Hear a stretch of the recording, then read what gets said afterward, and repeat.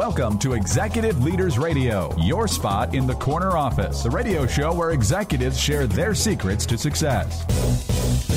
Executive Leaders Radio. You're listening to Executive Leaders Radio, broadcast from the Philadelphia offices of the law firm Obermeyer. This is your host, Herb Cohen, with my co-host Shannon Lane, Newmark Knight Frank, Matthew Shapiro Obermeyer, Kate Heeman, Prelude Solutions, Alexa Scalzi, Top Stack, and Kayla Murphy Merrill Lynch. Matthew, can you give us a rundown on who we have on the air today, please? Sure can, Herb. We have a great show. We have David Delizza, the president and CEO of Pennoni. We have Susanne Svizeny, the regional president, Greater Philadelphia of OceanFirst Bank. We have Shaunak Roy, founder and CEO of Yellowdig, and Jennifer Rodriguez, president and CEO of the Greater Philadelphia Hispanic Chamber of Commerce. Let's get to know our first guest, David Delizza, president and CEO of Pennoni. David, what is Pennoni? Pennoni is a consulting engineering firm headquartered in Philadelphia, 35 offices, 1,150 staff, and around $200 million in revenue. Whoa, this is a large organization. And where'd you grow up originally?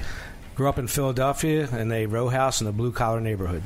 Huh. How many brothers and sisters? I have two older sisters. Two older sisters. You grew up in a blue-collar neighborhood, and now you're running 1,100. You're the president and CEO of a firm that's 1,150 people doing $200 million.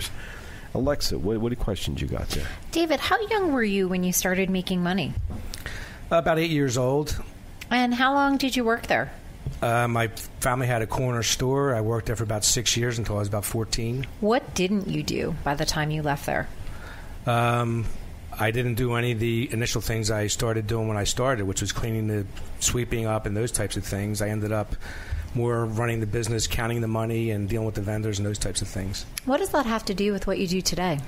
I think I just developed an affinity for working with people, relationships, seeing how small business runs. I mean, obviously, Pennoni's a lot different, but I think I just kind of learned things. I always enjoyed learning. To this day, I still enjoy learning. Wait a minute. You started working in your parents' corner store when you were 8 years old. You worked there until you were about 14 when the store closed.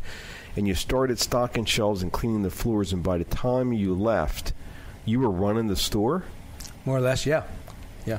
And you had other people that were reporting to you? Because you said earlier that you weren't doing some of the stuff you were doing when you started? My sisters chipped in. My parents obviously chipped in. We didn't have any employees other than family members. So you naturally assumed management control, it sounds like. Yeah, sort of, yeah. Uh-huh. Okay. Matthew. So that store's in a neighborhood I know, but our listeners don't. Tell me about that neighborhood. So, Port Richmond was a blue-collar neighborhood, a river ward, kind of along the Delaware River. I know you're from the city, Matt.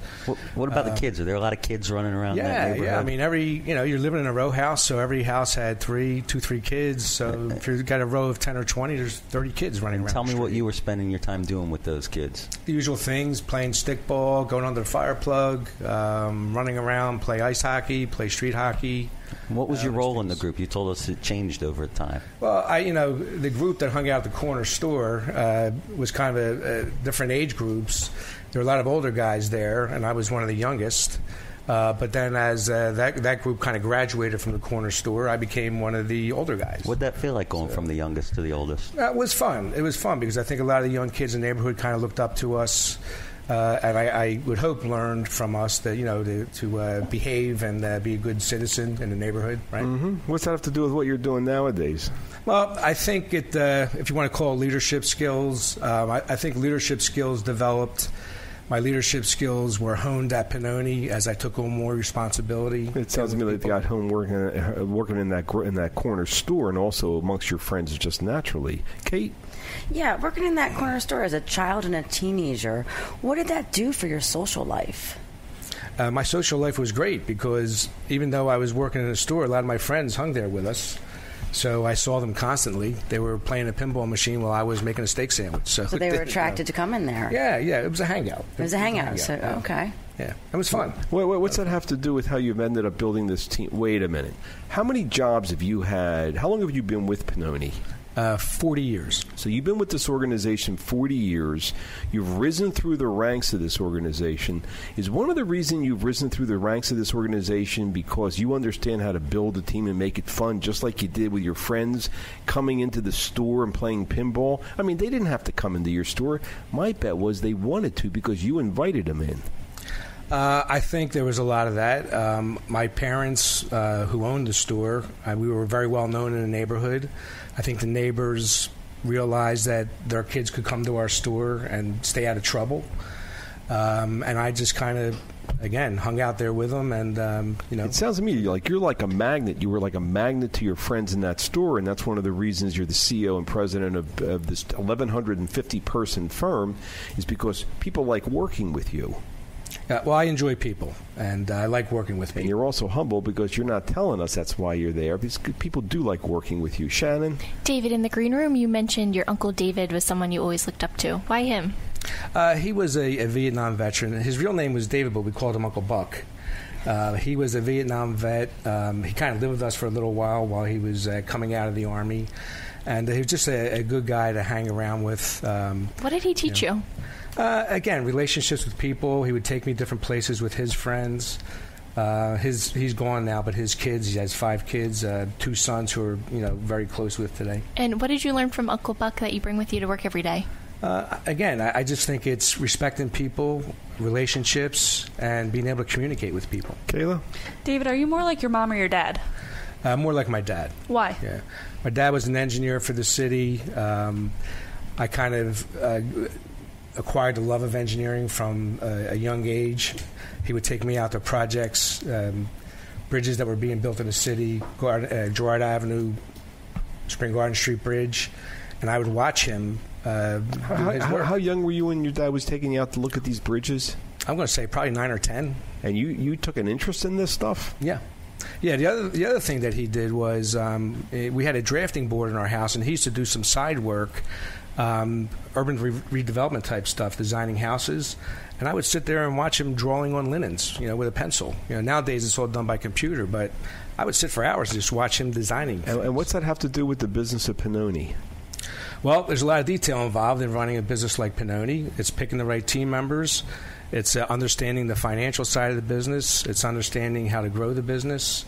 And I think, I consider myself a lifelong learner, and I try to portray that to the rest of the staff to do the same. So when you started at Pennoni 40 years ago, who did you report to?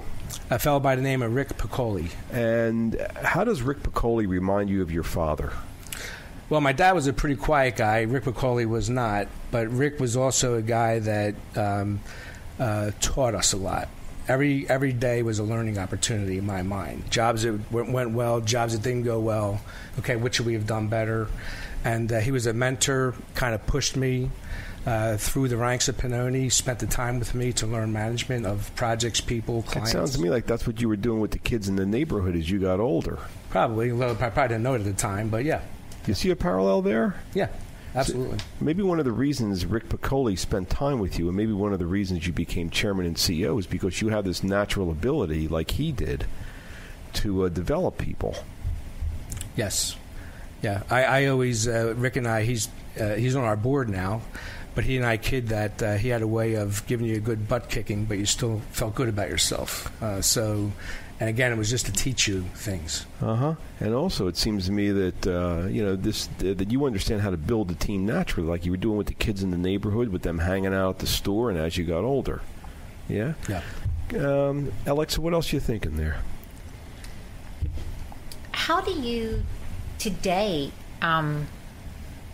bring that same value to your staff that you did to those kids in the neighborhood? Well, I think that the best thing that I can do for our staff as the company has grown is to get them to understand there's real opportunity at Pennoni. I try to make them understand that you really need to be a lifelong learner. Our business has changed tremendously. The tools we use have changed. So we try to create programs at the company to support all those things, the culture. So same thing. Oh, sorry. How's it feel when you go over a bridge your dad built? It feels pretty good because I remember being out there at the ribbon cutting. I remember the steel being run across the river, and I can remember him standing out there looking down on the river. And do you get that same feeling sometimes with projects you've worked on? Yeah. Yeah, I've done a lot of work in Atlantic City. When my wife and I go down there, I can drive around. I worked on many of those projects that are there today, yeah. So you get a lot of joy out of your work. Absolutely, yeah. Work doesn't feel like work? No. You're running a team of 1,150 people doing like mission critical projects, and you're finding joy in this. Yes, because I think I have good people in place to help run those 1,150 people. Well, you had a lot of experience as a kid, inviting your friends into the corner store where they wanted to hang out, and then as you got older in the neighborhood, mentoring the other kids. What's the website address of this organization? Pennoni, Pennoni.com. Let me have that one more time. Pennoni.com. We've been speaking with David Delizza, who's president and CEO of Pennoni here on Executive Leaders Radio. Don't forget to visit our website, executiveleadersradio.com, to learn more about our executive leaders. We'll be back in a moment, right after this break. And your name and organization is? Brad Fowles. I work for OceanFirst Bank. What's your role with OceanFirst Bank? I run the commercial lending group for Greater Philadelphia. Uh-huh. So where are you from originally? I'm from New Jersey, up in Mercer County. How many brothers and sisters? I've got 2 younger sisters. So you're the oldest of 3. How many cousins? 8 cousins. What's your role amongst the cousins? The oldest of everyone. You're the oldest of your cousins. Child. And tell us about how that played itself out. We all got together every summer for a couple weeks, and it was a lot of fun. It was kind of a big gang, and I was the head of the big gang. You were the head of the gang of all the cousins every summer. What's that have to do with your being the senior vice president team leader at OceanFirst Bank? I don't like to call my group a gang, but it's running a group of lenders, and I'm the head of the lenders, and we have a lot of fun. What's the website address for OceanFirst? OceanFirst.com. Let me have that one more time. OceanFirst.com. We've been speaking with Brad Foss, who's Senior Vice President Team Leader at OceanFirst Bank.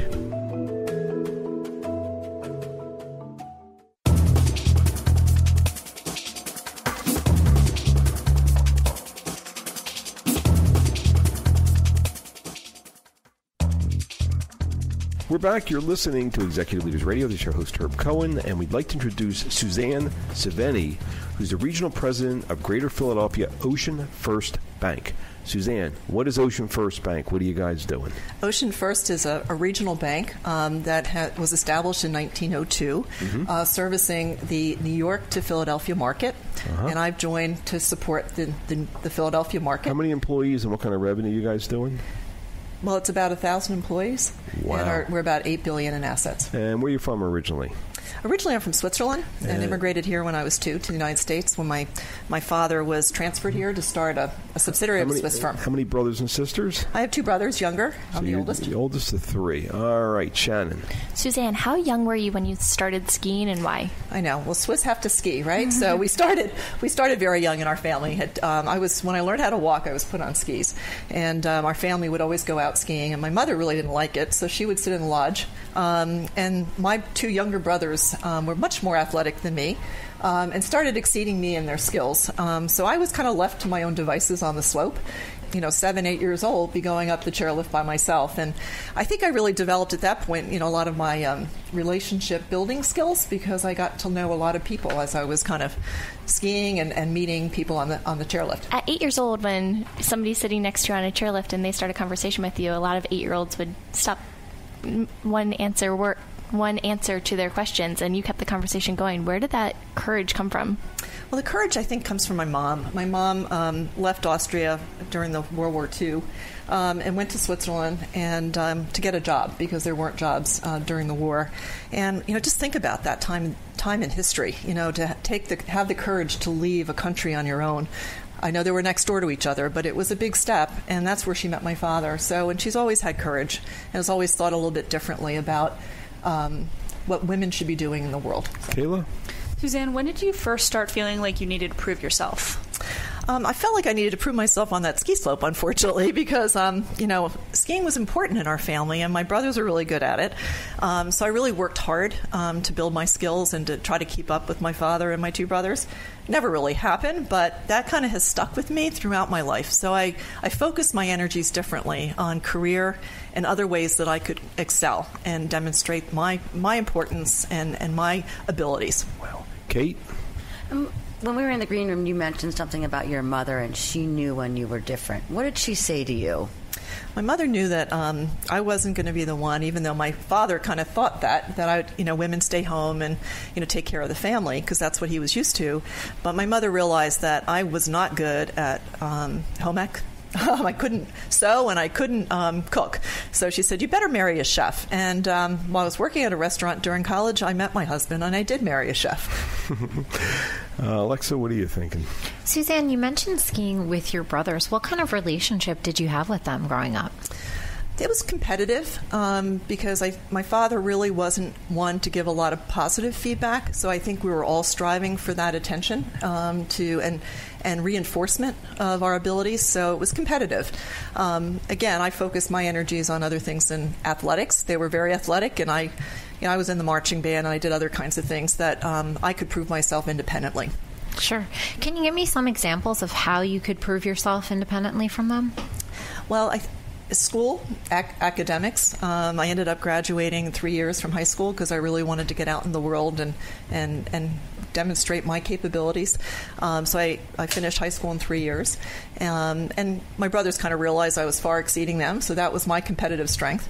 And I still think about that every day. How am I relevant? How am I helping? How am I improving my skill sets? Because skiing was one thing, but every day we need to improve both our technical and our relationship skills. Sure. And you mentioned you finished school in 3 years. Certainly not a lot of people do that. How do you think that plays out today in the work environment? I still have a high expectation to accomplish a lot. And, that's kind of the driver in my core, driven for success. But what I really like is building those relationships with customers and team members and bringing them along with me, because I think you're always better when you're doing it together. So. Matthew? So tell me, as you were getting through school in 3 years, tell me what your relationships were like with your friends.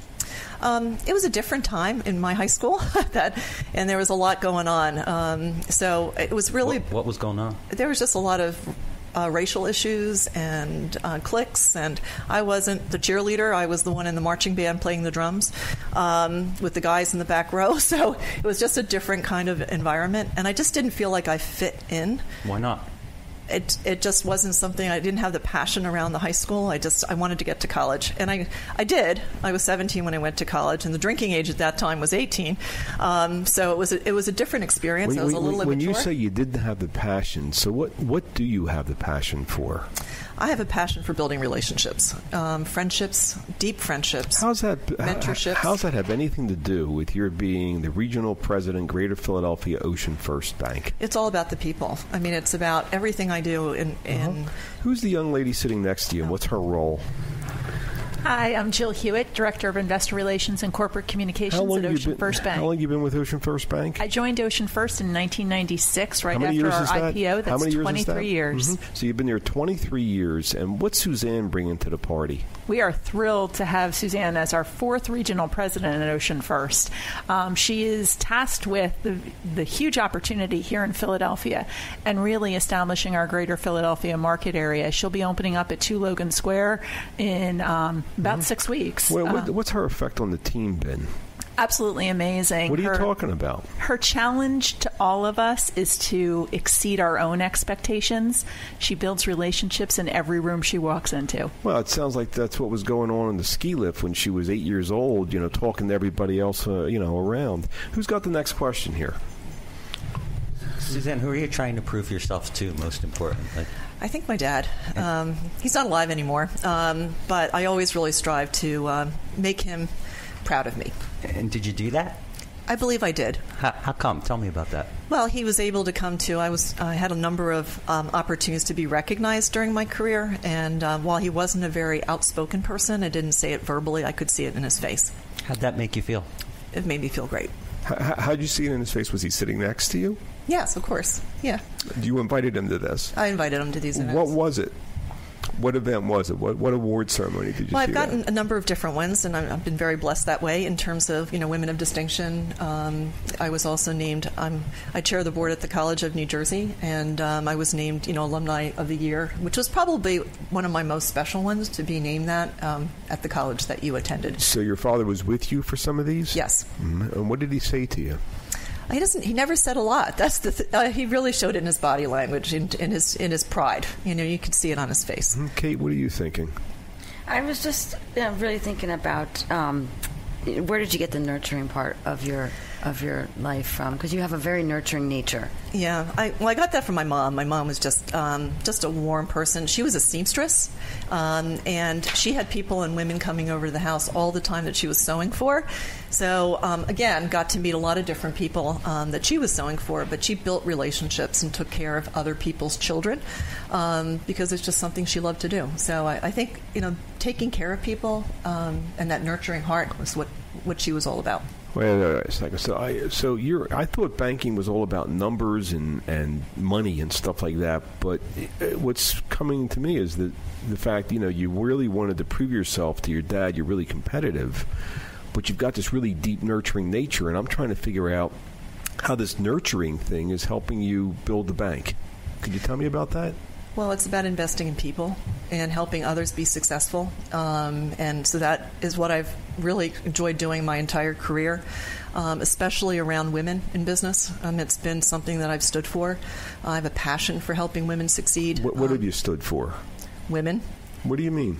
And helping them be successful, gaining their confidence, really getting noticed and visible. The field that I was in was mostly male-dominated commercial banking. Did you get to know any of the clients of the bank? Oh, absolutely. Do you like doing that stuff? I love it. I mean, I'm meeting entrepreneurs every single day, and it's so exciting to hear their stories. I thought the thing about a bank was they just look at the numbers. That's the end of the story. But no, it's more about the people. It's about the people and their success and their commitment to their business.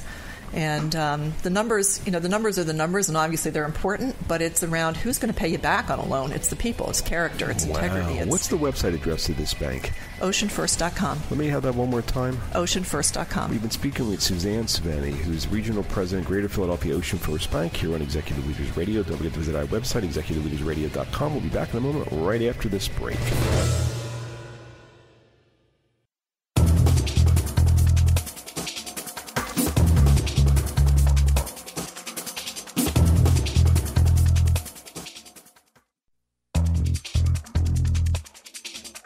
We're back. You're listening to Executive Leaders Radio. This is your host, Herb Cohen. We'd like to introduce Shaunak Roy, who is founder and CEO of a company known as Yellowdig. What is Yellowdig? What are you guys doing different? What are you fixing? 50% of the students who sign up for colleges in the U.S. do not graduate, which is a big problem, and we are fixing that. Yellowdig is a social learning platform that brings in the students into the learning process and kind of turns away from instructor-driven models. So I'm learning from not only the instructors, but I'm also learning from my peers, with my peers. That's right. Huh. Where are you from originally? India. And how many brothers and sisters? I have an older sister. You have an older sister. How young were you when you came to the United States? I think I was 26 years old. You were 25, 26 years old. Okay. Shannon. So you created a social learning platform.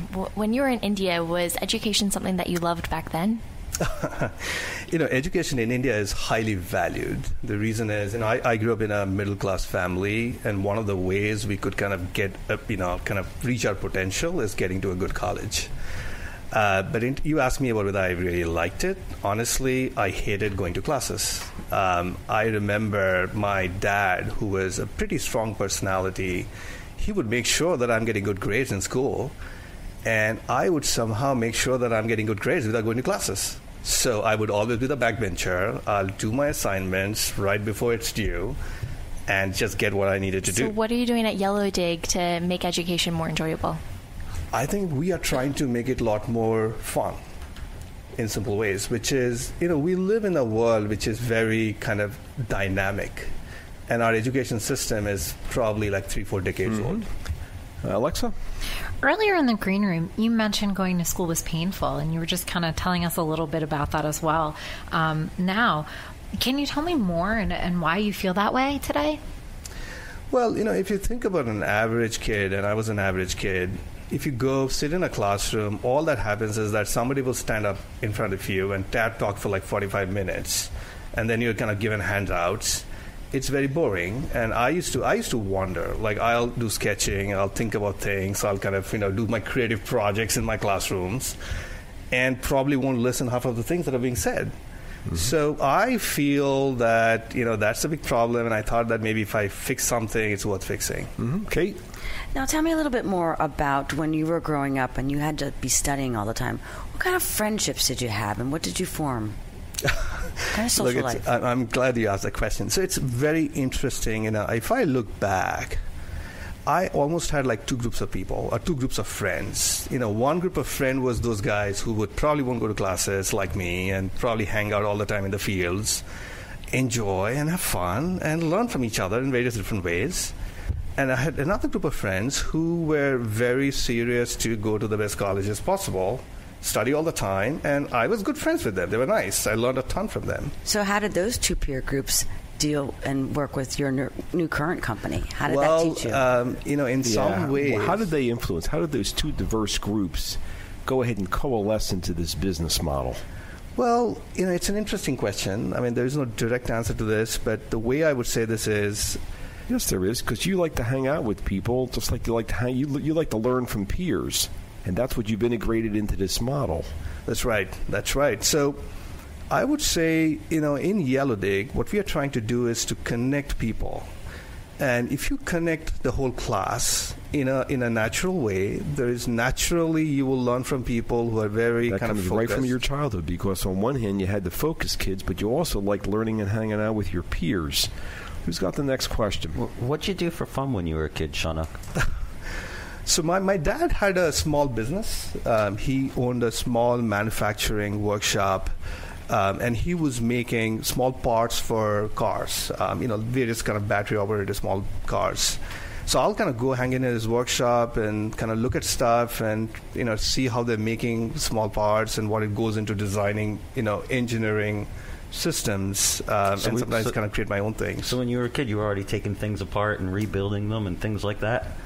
That was kind of my passion. And did you do that with your father? I did, yeah. I mean, he was, I'll hang out with him in his workshop all the time. Did he help you on the things you were doing? He actually did. I mean, his background, interestingly, he's not a trained engineer. Wait. So you were taking things apart and putting them back together again in a different way. Isn't that exactly what you're doing with this business? I guess I'm a builder. So you took a look at the current system and you figured out how to put it back together again in a different way, a better way. That's fascinating to me. Kayla? Yeah, we just talked about your dad and how he influenced you, but what did you bring from mom to work with you every day? So my mom was the homemaker, and she's still the homemaker, and she is very nurturing, and she would always make sure that with all the craziness that sometimes will go on with a family of a small business, that everything is calm and nice. I think I got that personality. My personality, if people know me, I mean, I'm pretty easygoing. That's what I got from my mom. My mom is always the kind of creating the right environment for the right things to happen. That's what you're doing with your business model also. Alexa? So how young were you when you started seeing a better way to do things? You mentioned, with your dad and putting things together. Yes, so what I would do, I remember with my dad, we will sometimes talk about business, and he had this small business going on, and we will talk about, okay, can we start this, can we start that, and these will always be like creative discussions. I always wanted to build something, which was always my passion. I wanted to kind of, create something that would help other people. For education, I saw the pain because I hated it. And when I kind of talk to more people, I kind of now know that most people hate it. Wait. So you came to the United States. Did you come here with the idea of building a business, starting a business? Oh, well, that's an interesting question. So when I came from my master's in the U.S., but I started my second company when I was doing my master's. So you came to the U.S. and you had the guts and the courage to start a business, to start from scratch when you came here? That's right. So interestingly, I kind of luckily got some scholarship, so I was kind of supporting myself and not kind of taking too much of loan. Mm-hmm.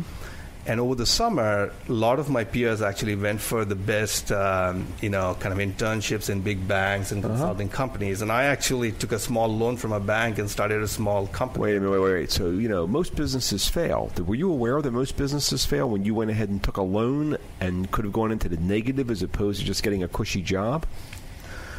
Yeah, I mean, it was a small loan. Oh, but I get the point. Because you felt the pain when you were a kid and you like inventing and building things, you didn't have any other route to go but to go ahead and start a business, an entrepreneur. and figure out a better way to do things, which is what your business model is all about. You like innovation, don't you? That's right. Absolutely. Do you ever see yourself retiring? I don't think so. I mean, I'm having fun. Why don't you think you see yourself retiring? Well, I don't see myself going and working for somebody else right now. So as long as I keep on doing this, I'm doing. What is it you enjoy about business? It's the freedom to create, also being responsible, to be making sure that it adds positive value. You're going to be doing that the rest of your life, huh? I hope so. Mm-hmm. You hope so. I thought the name of the game was make a lot of money and go to Florida. Well, I might do that as well, but we'll see. Next question. Who's got it? Shaunak, earlier you mentioned you have 2 kids. How old are they? So I have a 5-year and a 10-year. And what have you learned from them that has helped make you a better founder and CEO of Yellowdig? Well, my kids, one thing I'm passionate about is what I'm building. I hope my kids actually use that someday. No. What you asked is, what did you learn from them that's helped you build the business? Mm-hmm. Honestly, okay, so when I started the company, it's been about 5 years. My second daughter was just born. So one thing I knew is that whatever I do, I got to be very serious about it. Because, I didn't want to fail because I had a family to take care of. So that I think I was more responsible Kate, as a what are you parent. picking up? I was just thinking of the actual name of the company when he was. Why'd you name the company? Why are you calling it Yellowdig? So the color yellow means cheerfulness and fun. And when I started the company, I quite didn't know how it's going to all shape up, but I always wanted to make sure that the impact should be fun. And I'm glad that we are doing it now. Because learning should be fun? Learning should be fun, yes. Shaunak, you told us before you started another business in college, right? That's right. Why didn't you use the money from that to start Yellowdig? I wish I made some money there. I mean, I almost broke even. Wait, you mean that one wasn't successful? It wasn't. But what did you learn from that process? What I learned was that, building a business is more than a product. So in that, it was, I was doing a master's program. We had a beautiful product, but honestly, we didn't have the strategies in place to kind of take it to a company. What's the website address for Yellowdig? It's YELLOWDIG.com. Let me have that one more time. Yellowdig. YELLOWDIG.com. We've been speaking with Shaunak Roy, founder and CEO of Yellowdig, here on Executive Leaders Radio. We will be back in a moment right after this break. And your name and organization is? Tom Connolly with Vistage Worldwide, largest CEO services organization in the world. Ah, cool. And where are you from originally? I'm a local guy, born and raised in Delaware County, Cardinal O'Hara High School grad. And tell me a little bit about your relationship with your father when you were a kid. Well, my dad was my hero. Engineer, entrepreneur. I learned everything about business from him. What kind of stuff did you learn about business? He go find and solve a business problem, and the world will beat a path to your door. So you told us earlier when we were talking that he taught you about systems and processes and procedures. Isn't that what you're bringing in terms of being a Vistage chair to the CEOs in your group? It's really a process to grow a business? Absolutely. Every business has to understand the business problem they're trying to solve and how they can make their customers more successful. What's your website address? Vistage.com, VISTAGE.com. And we've been speaking with Tom Connolly, chair of Vistage.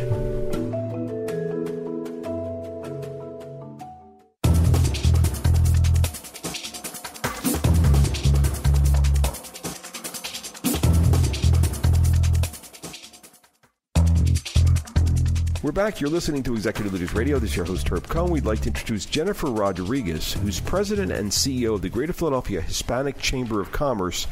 Jennifer, what's the purpose of the Greater Philadelphia Hispanic Chamber of Commerce?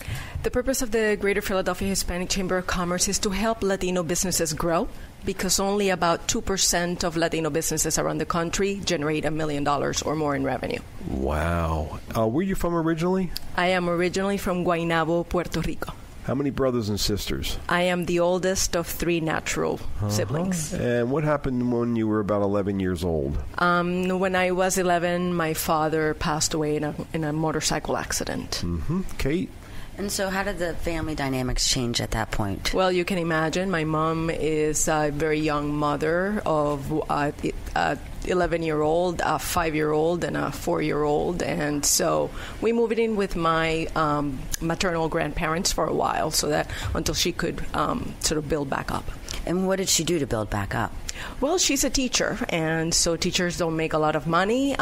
She probably went in unemployment insurance, but then we eventually went back home once the school schedule started back. Okay, and what did you do during that time? Well, I don't remember a lot. I think it was pretty traumatic, but what I do remember is really helping my mom do her grading of papers. I remember that she would tutor students, and I would help her with that. I remember taking care of my brothers when. Why did you do all that?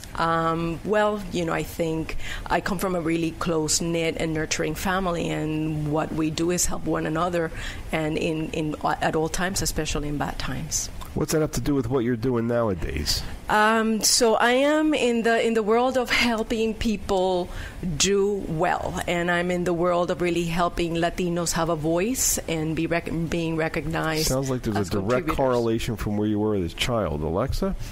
You mentioned in the green room that your grandmother was kind of a little bit different for her time. Can you tell us more about that? Yes, she was an incredibly talented and ambitious woman who at a very young age, at a time that was not really, where females were not really in charge of anything, she was in charge of an operation in a manufacturing facility. Wow. And how do you think that kind of played into you wanting to come to the United States for further education? Well, she sent my father to do some schooling in the United States, and other family members have gone to school in the United States. I wanted to follow in that vein. They were seen as the successful ones in the family, and I wanted to be successful or more successful than they were. And Jennifer, how young were you when you realized that you do want to come to the United States? My mother says I was 5 years old when she knew that I would at some point just pick up and leave and craft my own path. Why did she say that? I think she just saw a lot of my grandmother in me. For whatever reason, I seem to have a character that she did, strong-willed, very competitive, really, really wanting to achieve and do more. And when you first came here, how do you remember feeling? I did not cry when every single other student that was being dropped off. I just thought, I am in the place that I need to be, and my mother is crying, and as much as I love her, as close as we are, I knew this was where I needed to be. What do you mean you knew this is where you needed to be? It just felt that finally I had the opportunity to explore, to be in a place bigger than I was, and the challenge of conquering that environment was something that I really felt really comfortable with. Why is this the perfect gig for you? It is the perfect gig because I get to help people and help a whole community, and I get to do something that nobody ever thought, even myself, that I would do it. So it's unlikely. How young were you when you were pulling together communities? How young were you when you were pulling together communities? How young I was when I were pulling together communities. I think I remember high school. I wasn't elected to the class government, and we were charged with raising a lot of money so we could pay for the senior trip. And what was your role in that? So I was vice president of the class. So you organized everybody. I organized a lot of it. We ended up raising $16,000. What's the similarity between what you did then and what you're doing now? I raise a lot of money and get to do great projects. Matthew? Jennifer, what do you remember about your father? I remember that he was creative, that he was modern, I guess, it's one way, and an entrepreneurial. So he was a motorcycle race car driver. He was an entrepreneur, and he also painted and drew. And what from your father do you think you bring with you to work today? I actually think I have a creative side and a bit of an adventurous side to me, while at the same time having my mother's practical and conservative sort of framework. So I think I bring a lot of those too. Mm-hmm. So I'll take a risk on occasion. Mm-hmm. Kayla? What did you do for fun as a kid?